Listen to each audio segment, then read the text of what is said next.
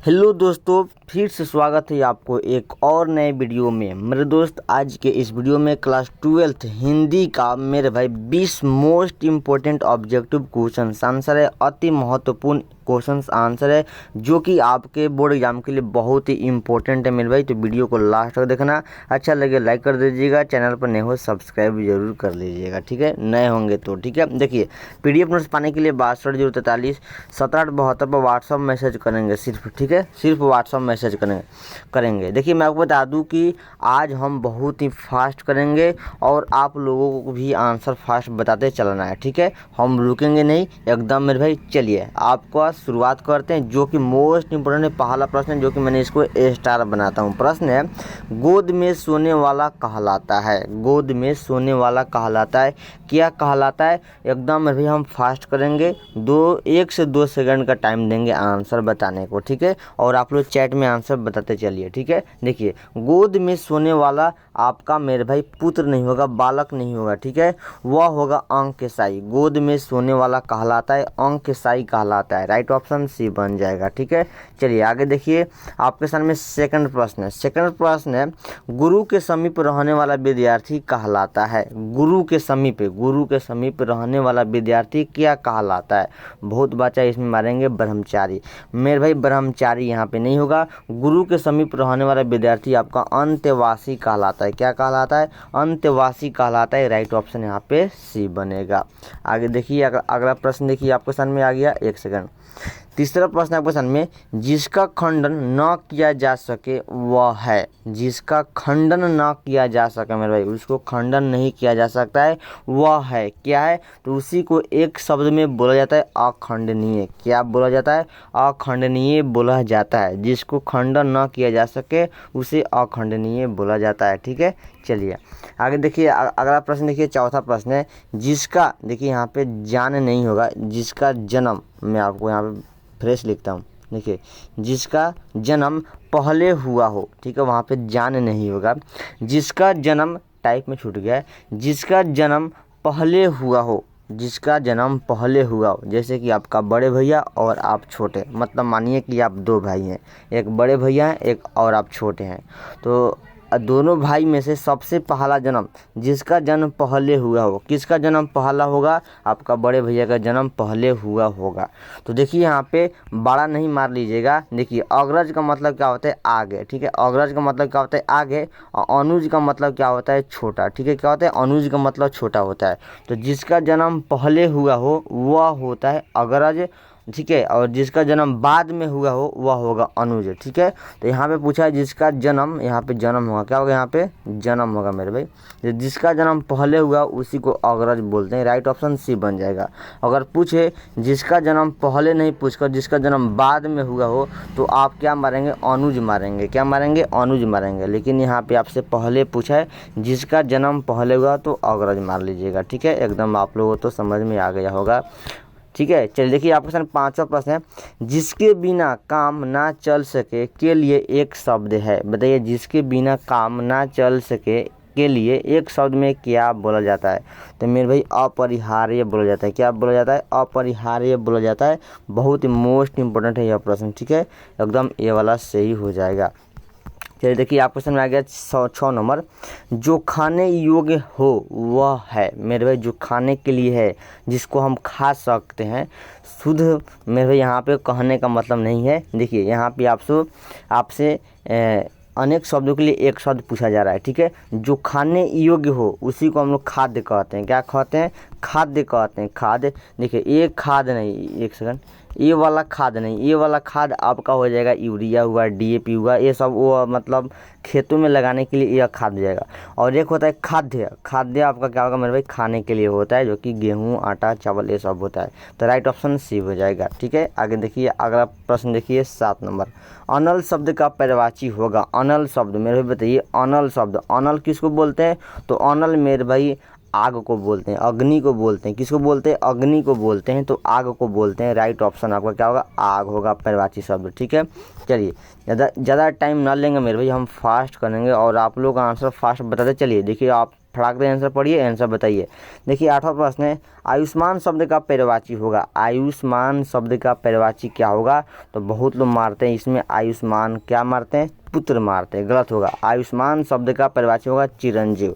जैसे कि आप लोग कार्ड, शादी विवाह में कार्ड पर देखे होंगे, लिखा होगा चिरंजीव रंजीत कुमार, चिरंजीव बहुत जो फाइनल नाम हो अशोक कुमार, तो कार्ड पर लिखा रहता है। ठीक है, ठीक है। आयुष्मान आप कह सकते हैं आयुष्मान आयुष्मती, आयुष्मती लड़की के लिए, आयुष्मान लड़का के लिए। ठीक है, तो आयुष्मान का पर्यायवाची क्या होगा? चिरंजीव होगा। राइट ऑप्शन सी बन जाएगा। आगे देखिए 9 नंबर, 9 प्रश्न है, झंझट शब्द का पर्यायवाची क्या होगा? तो झंझट शब्द का पर्यायवाची होगा मेरे भाई परेशानी। ठीक है, परेशानी होगा। राइट ऑप्शन यहाँ पे बी बन जाएगा। ठीक है, आगे देखिए 10 प्रश्न है, डरावना शब्द का पर्यायवाची क्या होगा? डरावना शब्द का पर्यायवाची क्या होगा? तो डरावना शब्द का पर्यायवाची मेरे भाई क्रोध और भय मत लगाइएगा, भयानक होगा। क्या होगा? डरावना शब्द का पर्यायवाची क्या होगा? भयानक होगा। क्या? भयानक। बहुत लोग भय मारेंगे, भय गलत हो जाएगा। डरावना शब्द का भयानक होगा। ठीक है, देखिए डर शब्द का पर्यायवाची क्या होगा? तो भय होगा। डर शब्द का पर्यायवाची भय होगा, लेकिन डरावना पूछा मेरे भाई तो भयानक होगा। ठीक है, आगे देखिए 11 प्रश्न है, भक्तमाल किसकी रचना है? भक्तमाल किसकी रचना है? जो कि मोस्ट इंपोर्टेंट प्रश्न है, वेरी वेरी इंपोर्टेंट प्रश्न है। तो भक्तमाल मेरे भाई नाभा दास की रचना है। किन की रचना है? नाभा दास की रचना है। राइट ऑप्शन आपका ये वाला सही बन जाएगा।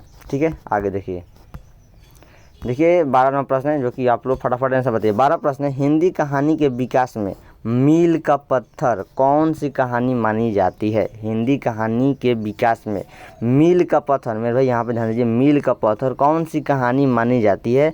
तो मेरे भाई उसने कहा था कहानी। कौन कहानी? उसने कहा था। एक सेकंड, उसने कहा था कहानी को मील का पत्थर माना जाता है। राइट ऑप्शन आपका ये बन जाएगा। ठीक है, चलिए आगे देखिए अगला प्रश्न 13 प्रश्न है, जयशंकर प्रसाद का महाकाव्य है। बताइए मेरे भाई, मोस्ट इंपोर्टेंट है, वेरी वेरी इंपोर्टेंट है। जयशंकर प्रसाद जी का महाकाव्य, महाकाव्य कौन है? तो आपका कामायनी। कामायनी आपका क्या है मेरे भाई? जयशंकर प्रसाद जी का महाकाव्य है। ठीक है, और याद रखिएगा उर्वशी, उर्वशी मेरे भाई दिनकर जी, रामधारी सिंह दिनकर जी को क्या था? यहाँ पे उनको पुरस्कार मिला था, इस कृति को लिखने पर उनको पुरस्कार मिला था। ठीक है, तो ये ध्यान में रखिएगा, उर्वशी मत मारिएगा। यहाँ पे जयशंकर प्रसाद जी का महाकाव्य कामायनी होगा। ठीक है, आगे देखिए 14 प्रश्न है, पुत्र वियोग शीर्षक कविता की कवित्री कौन है? पुत्र वियोग शीर्षक कविता की कवित्री कौन है? तो मेरे भाई सुभद्रा कुमारी चौहान जी। कौन है? सुभद्रा कुमारी चौहान जी पुत्र वियोग कविता की कवित्री है। राइट ऑप्शन सी बन जाएगा। आगे देखिए अगला सवाल 15, मालती किस कहानी की पात्र है? मालती किस कहानी की पात्र है? तो मेरे भाई देखिए सिपाही की माँ में कौन होगा? बिस्नी होगा। ध्यान में रखिएगा, सिपाही की माँ में कौन होगा पात्र? बिस्नी होगा। और मालती किस कहानी की पात्र है? तो रोज। किस पाठ की? रोज पाठ की मुख्य पात्र है मालती। और याद रखिएगा मालती के पति का नाम क्या था? आप लोग इसका आंसर आपको चैट में और कमेंट बॉक्स में बताना है। मालती की पति का नाम क्या था और मालती के पति कौन सा काम करते थे? ठीक है, उसका आंसर आपको चैट में बताना है। आगे बढ़ेंगे, आगे देखिए 16, ज्ञानेंद्र पति की कविता कौन है? ज्ञानेंद्र पति की कविता कौन है? तो मेरे भाई ज्ञानेंद्र पति की कविता आपका गाँव का घर होगा। क्या होगा? गांव का घर ज्ञानेंद्र पति जी की कविता है। ठीक है, याद रखिएगा। और हार जीत किसका है? अधिनायक किसका है? और प्यारे नन्हे बेटे को किसका है? इसका आंसर आपको तीनों को आपको कमेंट में बताना है। ठीक है, हाँ। और यहाँ पे गांव का घर ज्ञानेंद्र पति जी की कविता हो जाएगा। ठीक है, आगे देखिए 17 प्रश्न है, हिंदी साहित्य के सूर्य, हिंदी साहित्य के सूर्य किसे कहा जाता है? हिंदी साहित्य के सूर्य किसे कहा जाता है? देखिए यहाँ पे बहुत ही आसान याद है, सूर्य सूर्य सूर्य सूर्य यानी सूरदास। किसको कहते हैं? सूरदास को कहते हैं। राइट ऑप्शन ए बन जाएगा। आगे देखिए 18 प्रश्न, नाभा दास का काव्य रचना क्षेत्र था। नाभा दास का काव्य रचना क्षेत्र था। राइट ऑप्शन आपको नीचे दिखलाते हैं। ठीक है, नाभा दास का काव्य रचना क्षेत्र था। तो मेरे भाई हरिद्वार नहीं वृंदावन हो। क्या होगा? वृंदावन होगा। वृंदावन नाभा दास की काव्य रचना क्षेत्र था। राइट ऑप्शन सी बन जाएगा। ठीक है, आगे देखिए 19, सुभद्रा कुमारी चौहान का जन्म कब हुआ था? सुभद्रा कुमारी चौहान का जन्म कब हुआ था? मोस्ट इंपोर्टेंट है, कई बार बोर्ड में पूछा गया है। तो कब हुआ था? 1904 में हुआ था। कब हुआ था मेरे भाई? 1904 में सुभद्रा कुमारी चौहान का जन्म हुआ था। और सुभद्रा कुमारी चौहान किस कविता की कवित्री है? तो मेरे भाई पुत्र वियोग। याद रखिएगा, पुत्र वियोग कविता की कवित्री कौन है? सुभद्रा कुमारी चौहान, जिनका जन्म 1904 में हुआ था। ठीक है, आगे देखिए अगर लास्ट प्रश्न मेरा 20 नंबर, मुक्ति बोध का जन्म स्थल कहाँ है? चलिए इसका इस सवाल का आंसर, इस क्वेश्चन का आंसर होमवर्क में रखते हैं। अगर आप लोग लाइव में जुड़े हैं तो इसका आंसर चैट में बता दीजिए। और जो लोग बाद में क्लास करेंगे, रिकॉर्डेड क्लास करेंगे, मतलब लाइव हो जाने के बाद में रिकॉर्डेड क्लास करेंगे, उनको आंसर आपको क्या करना है, कमेंट में आंसर बताना है, ठीक है। एक होमवर्क हमको देना जरूरी है, आप लोगों को पर डे ऑफ होमवर्क देंगे, ठीक है। तो आप लोग आंसर इसका चैट में बताना है। अगर आप लोग नहीं बता पाएंगे तो मैं इसका आंसर कमेंट में करके पिन कर दूंगा, ठीक है। मुक्ति बोध का जन्म स्थल कहाँ है? रामगढ़, श्योपुर, वाराणसी, भोपाल। कहाँ है? 4 ऑप्शन आपके सामने है यहाँ पे, ठीक है। इसका आंसर आपको एकदम मेरे भाई चैट में जाना है। All the best, thank you, bye bye, tata, take care, मस्त रहिए, व्यस्त रहिए, बढ़ रहिए, good night, all of you good night, ठीक है। PDF नोट्स पाने के लिए 62 जो नहीं जान रहे हैं 1772 पर मेरे भाई फ़ोन मत कीजिए, कॉल मत कीजिएगा, सिर्फ व्हाट्सअप मैसेज कर दीजिएगा, आपको वहाँ पे PDF नोट्स मिल जाएगा। All the best, thank you.